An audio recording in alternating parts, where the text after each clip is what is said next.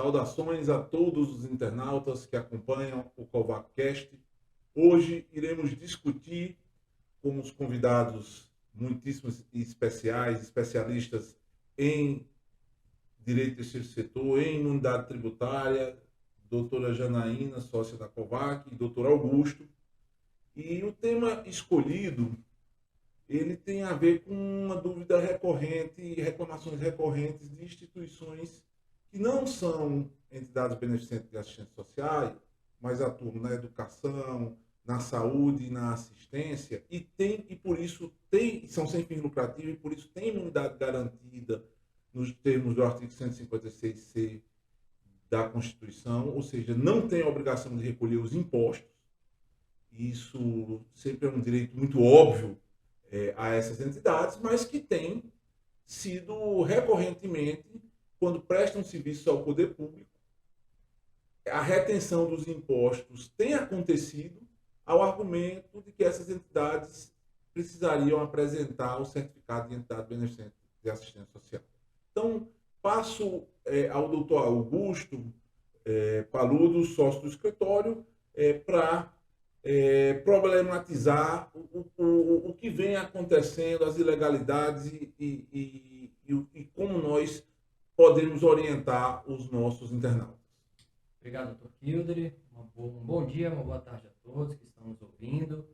Bom, a Instrução Normativa 1234 da Receita trouxe um dispositivo, artigo 6º, parágrafo 6º, que basicamente dispõe o seguinte: para as entidades que estão estipuladas no artigo 4º, inciso 3º e 4º, que queiram se beneficiar da não incidência ou da não retenção de impostos e contribuições, elas deveriam apresentar o certificado de entidade beneficente de assistência social. O problema maior surgiu quando o Supremo, no recente julgamento, passou a entender na sua jurisprudência que os estados poderiam passar a não fazer mais o repasse que eles faziam para a União. Eles poderiam, de uma certa forma, fazer essa compensação desses créditos que eles possuem frente à União. Isso, em termos de obrigações acessórias, de certa forma legitimou a administração pública para que ela trouxesse essa exigência de uma forma, começa a desafiar a legalidade, jurisprudência e uma série de condições. Nós fizemos um estudo da IN e percebemos ali que ela apresenta algumas questões até de semântica, de interpretação de texto, que podem apresentar até o caminho de solução desse problema. Mas o fato é que a administração pública, se valendo dessa nova interpretação, passou a exigir de todas essas entidades, e ali nós temos as entidades contempladas pela imunidade de impostos do 150, nós temos as outras entidades que estão no artigo 15 da 9832, que são entidades filantrópicas, recreativas, culturais, enfim, uma série de outras entidades, passou a exigir dessas entidades o certificado. Então, temos esse problema que vem surgindo, é um problema muito novo, e de fato elas estão impondo como condição de não retenção esse certificado. Augusto, a mim me parece que a norma não diz isso, né? A norma ela não exclui as entidades de educação que não têm certificados, que são sem fim lucrativo, de assistência sem fim lucrativo, que não têm certificado, do direito de gozar a imunidade dos impostos. Tanto é que parece que existem dois formulários, dois anexos, com declarações para situações diferentes. Perfeito, Dr. Kildare. Quando a gente analisa a IN, nós vemos que há um dispositivo, parágrafo, no artigo 4º, parágrafo 8º, salvo melhor juízo. Artigo 6º. Artigo 6º, que dispõe que as entidades que se declaram como imunes devem preencher dois formulários específicos, anexo 2 e anexo 3. Quando você analisa o teor dos anexos e o texto deles, nos parece, na verdade, que é uma distinção muito clara, a própria norma traz uma distinção muito clara, ela separa em dois grupos as entidades imunes. Primeiro, as instituições sem fins lucrativos, e aí ela abre esse subgrupo para trazer as entidades que são imunes e até entidades que não sejam imunes, mas tenham o gozo do ProUni. E ela abre o outro grupo, que são das entidades beneficentes de assistência social. E aí nos subgrupos estão entidades educacionais que tenham a imunidade do 195, parágrafo 7º, imunidade de contribuição Então, o que nós percebemos é que a norma, ao trazer a exigência do SEBAS, ela pareceu indicar que essa exigência seria somente para aquelas entidades que se qualificam verdadeiramente como entidades beneficentes de assistência social, ou seja, aquelas que gozam da imunidade do 195. Para aquelas que gozariam somente da imunidade de impostos, bastaria preencher esse anexo nesse enquadramento. E isso casa bem também com o parágrafo 8º, quando ele diz que essas entidades que não apresentassem o SEBAS, elas ficariam sujeitas à retenção de imposto de renda e também de contribuições sociais. Ou seja, as coisas se casam. Ela vai deixar de fazer a retenção também de contribuições. Aí sim o certificado passa a fazer sentido para as EBAs, né? Não, então é importante a gente esclarecer para o nosso internauta que a entidade de educação sem fins lucrativos, independentemente do SEBAS, ela tem o direito constitucional ao não recolhimento, à imunidade dos impostos, sejam federais, municipais ou estaduais. Qualquer exigência de apresentação de certificação, que na verdade a certificação é um requisito para o gozo da imunidade do 195, parágrafo 7º, me parece ser inconstitucional. Não é isso, Augusto? E as entidades, nesse caso, teriam que ir a juízo se mantiver essa exigência ilegal. Me parece até que tem uma solução de consulta que explora essa problemática, não é mesmo? Justamente, doutor Kildre. Existe a solução de consulta 102 de 2021. Ela faz uma leitura bastante rasa da situação. É chegada à Receita Federal uma pesquisa, um problema, um pedido de solução de consulta por parte de uma fundação federal. Mas basicamente o que a Receita, justamente nesse questionamento que nós estamos debatendo aqui, a resposta da Receita Federal ela é bastante rasa. Ela faz uma análise de excludência com base na Lei 12.101. Na ótica dela, ela faz o seguinte: olha, as entidades que trabalham com educação, com assistência social e saúde estão previstas, estão estipuladas na Lei 12.101, que é a lei que regulamentava o certificado. E por assim estar, por haver uma lei que regula essas entidades, elas deveriam ter o SEBAS. Logo, para esses três tipos de entidades, o certificado será necessário quando for apresentado a algum órgão da administração pública para efeito de não retenção.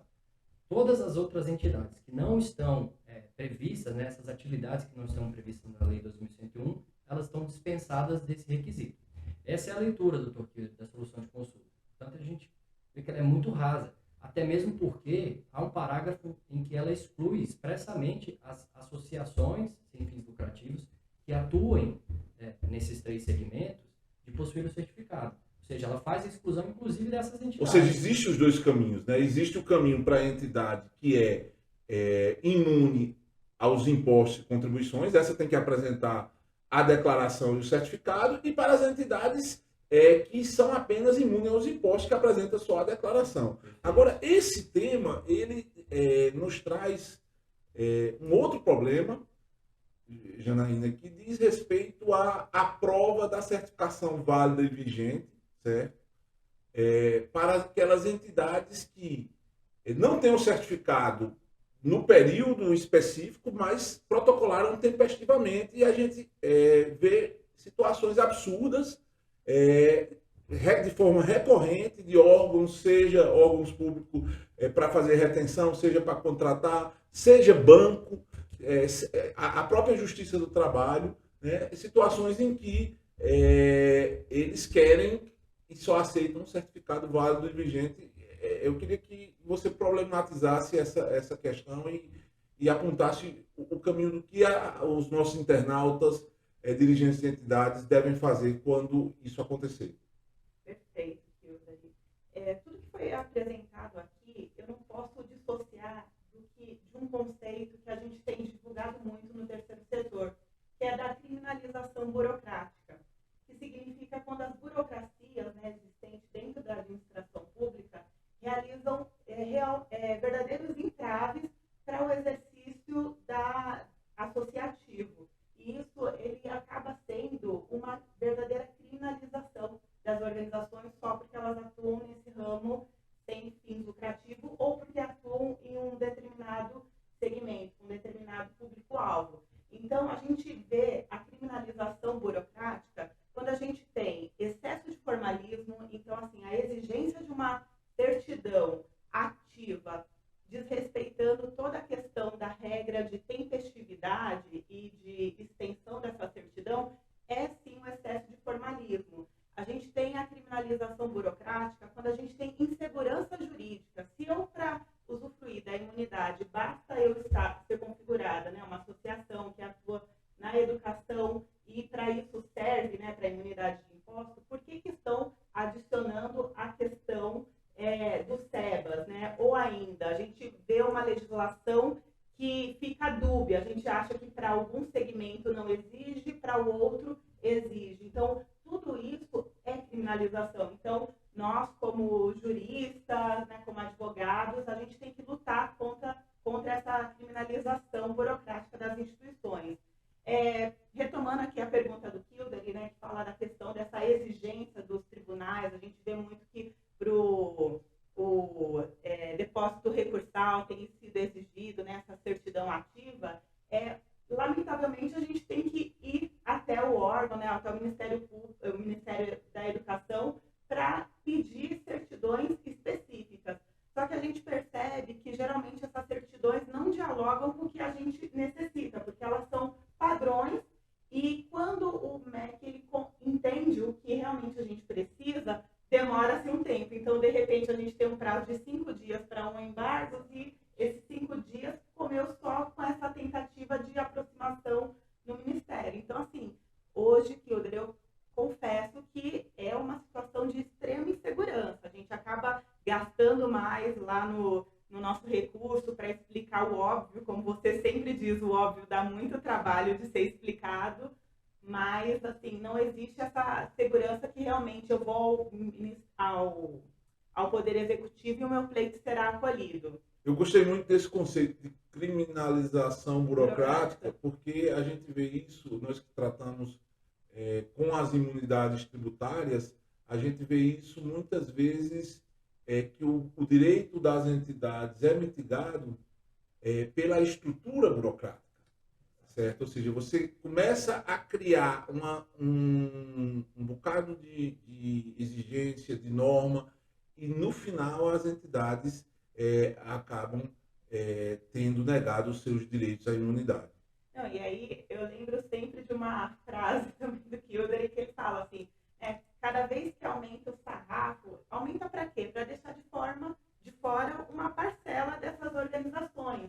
Então, assim, às vezes a gente eleva o grau de exigência pensando que vai ser aperfeiçoado o mecanismo, que a gente vai ter organizações mais idôneas, mas não necessariamente. E a gente deixa de fora um grupo relevante para o nosso país, mas que não tem como arcar com contadores, apoio jurídico, e aí fica de fora de usufruir de um direito constitucional como as imunidades. Então, finalizando o nosso bate-papo, eu gostaria de colocar à disposição do nosso internauta se tem alguma situação de criminalização burocrática em relação aos seus direitos à imunidade, entre em contato conosco, mande um e-mail que nós prontamente iremos atender vocês. Muito obrigado à doutora Janaína, muito obrigado ao doutor Augusto, e assim encerramos mais um episódio da COVACcast.